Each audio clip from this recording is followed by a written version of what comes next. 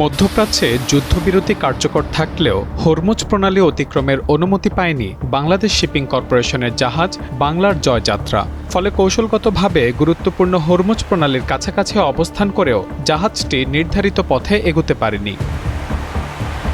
আঞ্চলিক সংঘাতের কারণে জাহাজটি প্রায় ৪০ দিন ধরে ওই এলাকায় আটকে পড়া ছিল। যুদ্ধবিরতি কার্যকর হওয়ার পর গত বুধবার সৌদি আরবের রাস আল খায়েরের বন্দর থেকে এটি পুনরায় যাত্রা শুরু করে এবং প্রায় ৪০ ঘণ্টা ধরে প্রণালীর দিকে অগ্রসর হয়। জানা গেছে, আজ সকালে প্রণালী থেকে প্রায় ৫০ নটিক্যাল মাইল দূরে পৌঁছানোর পরে ইরানি কর্তৃপক্ষের কাছে ট্রানজিট ক্লিয়ারেন্সের আবেদন করা হয়। তবে সে আবেদন প্রত্যাখ্যান করা হলে জাহাজটির যাত্রা আবারও অনিশ্চয়তার মুখে পড়ে।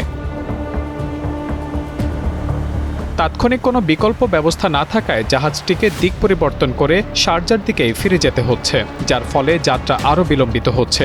সংশ্লিষ্ট কর্মকর্তারা বলছেন, নতুন করে অনুমতি না পাওয়া পর্যন্ত নিরাপদ দূরত্বে অবস্থান করাই এখন একমাত্র উপায়। ঘটনার সত্যতা নিশ্চিত করে বাংলাদেশ শিপিং কর্পোরেশনের ব্যবস্থাপনা পরিচালক কমোডর মাহমুদুল মালিক জানান, ইরানি নির্দেশনা অনুযায়ী জাহাজটি ক্লিয়ারেন্স চাইলেও তা নাকচ করা হয়েছে। তিনি বলেন, কূটনৈতিক চ্যানেলের মাধ্যমে অনুমতি পাওয়ার চেষ্টা অব্যাহত রয়েছে। তিনি আরও জানান, জাহাজটিতে ৩১ জন নাবিক রয়েছেন এবং তাদের জন্য পর্যাপ্ত খাদ্য ও পানির ব্যবস্থা রয়েছে।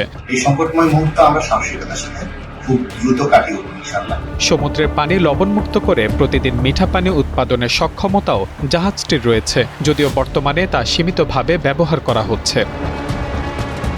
চলমান আঞ্চলিক উত্তেজনার মধ্যেই জাহাজটি একাধিকবার হরমুজ প্রণালী অতিক্রমের চেষ্টা করলেও এখন পর্যন্ত নিরাপদ যাত্রার অনুমতি পায়নি। Mahmudul Hasan, Times today.